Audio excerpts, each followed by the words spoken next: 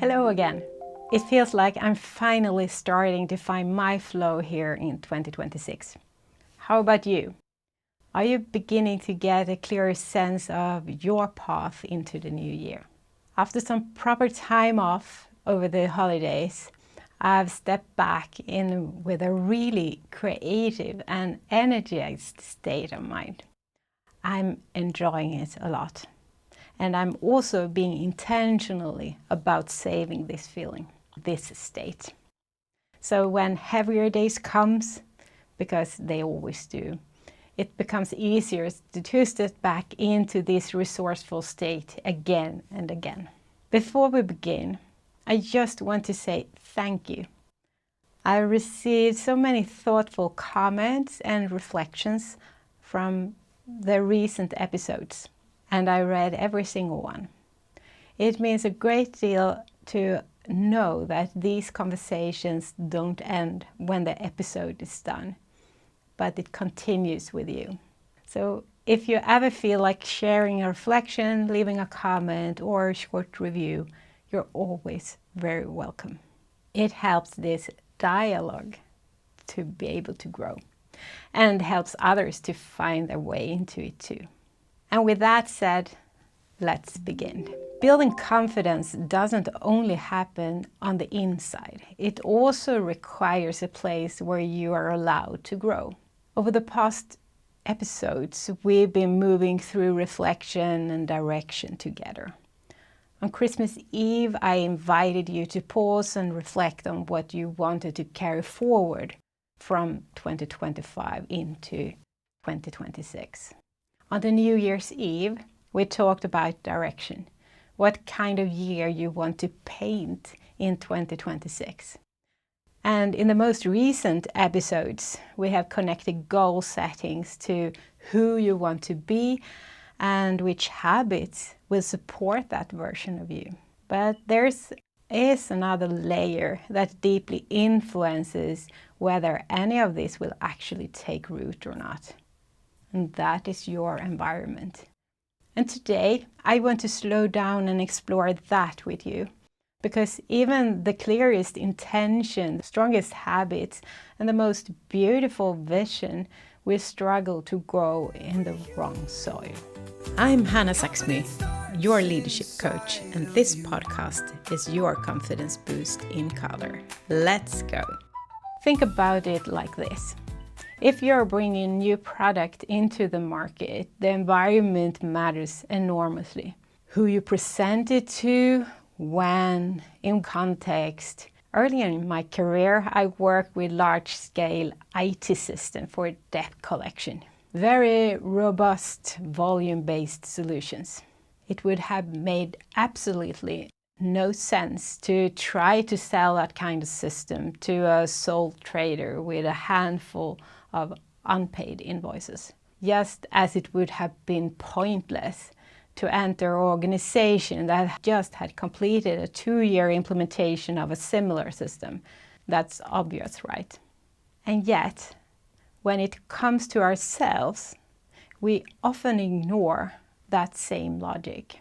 We move between environments all the time.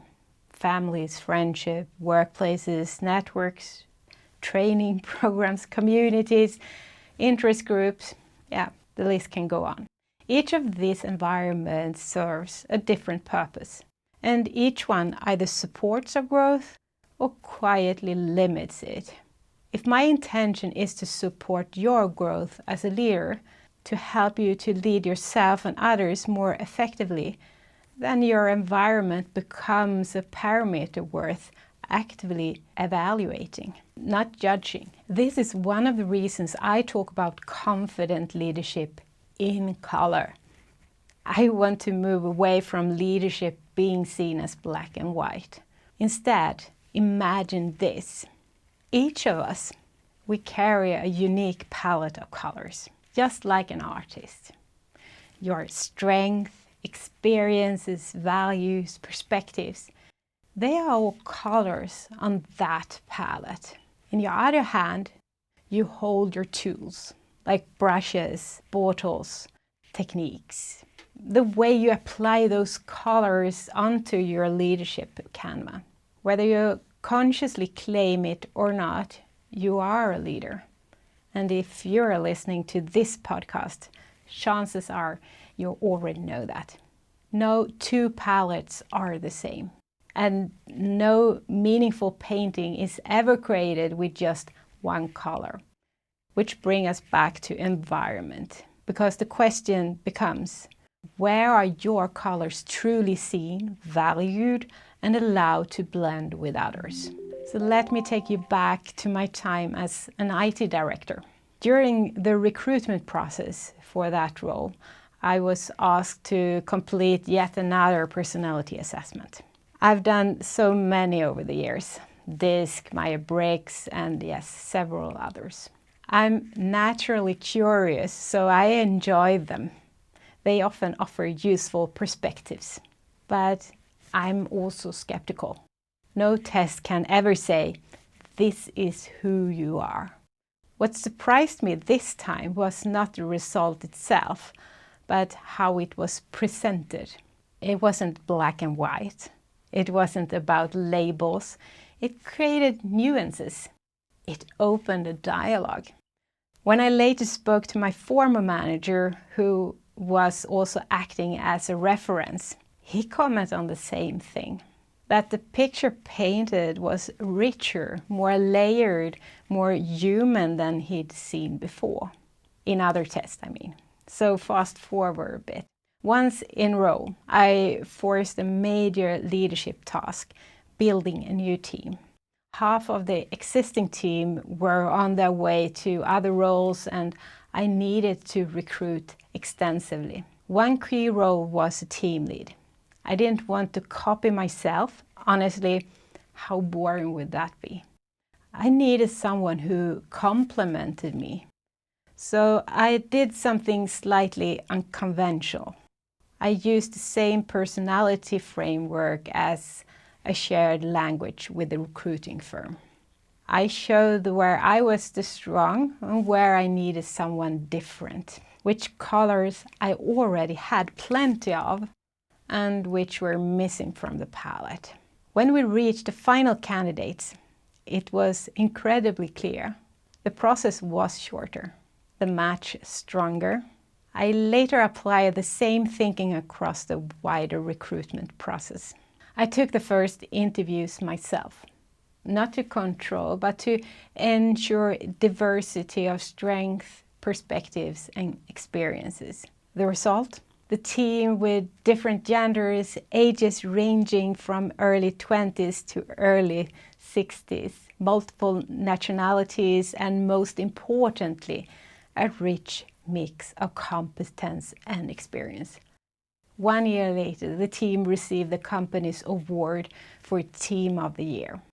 And I'm deeply proud of that, because we didn't succeed by being the same. We succeeded because we made each other better. So this is where self-leadership comes in.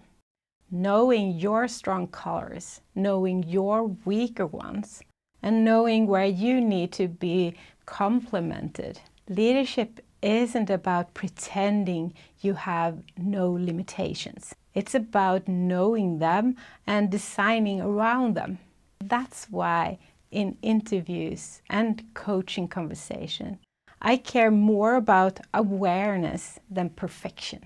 Skills can be learned. Attitudes are harder to shift. And the same applies to you. One of my own reflections from 2025 is this. I need to make more active choices about my environment. Sometimes that means stepping out. Sometimes it means stepping in more fully. Not every environment is meant to be permanent. Some are there to teach us something, and then we move on. I've noticed moments where I become quieter, more withdrawn. Not because I lack confidence, because the environment no longer invites my colors forward. In those moments, there are only two options: change the environment or leave it. Neither is failure. Both are leadership. Let's pause here. I'd love to offer you a few questions to reflect on. Honestly, gently, and courageously. You might want to pause the episode, journal, or simply sit with them. These are the questions. In which environments do you feel most alive? Where your colors naturally comes forward? Where do you notice yourself shrinking, going quiet, or holding back? Which environments helps you to grow? And which ones drain your energy? Are there places you're staying out of habit, loyalty, or fear rather than growth? What kind of people make you better? And who do you want to make better in return? If you were to consciously choose environments for the next chapter of your leadership, what would be similar and what would be different? Remember, growth is not only about effort, it's also about placement. For me, leadership is deeply relational. I want to work in teams and communities where we say we make each other better, where differences are valued, where confidence grows because it's mirrors, supported and challenged with care. And I want that for you too. You don't have to bloom everywhere, but you deserve to bloom somewhere. So choose your soil wisely. If you'd like to explore this further or reflect more deeply on your leadership palette and environment, you're always welcome to connect with me. You find the links and resources in the episode description. Be confident, be you, shine your colors.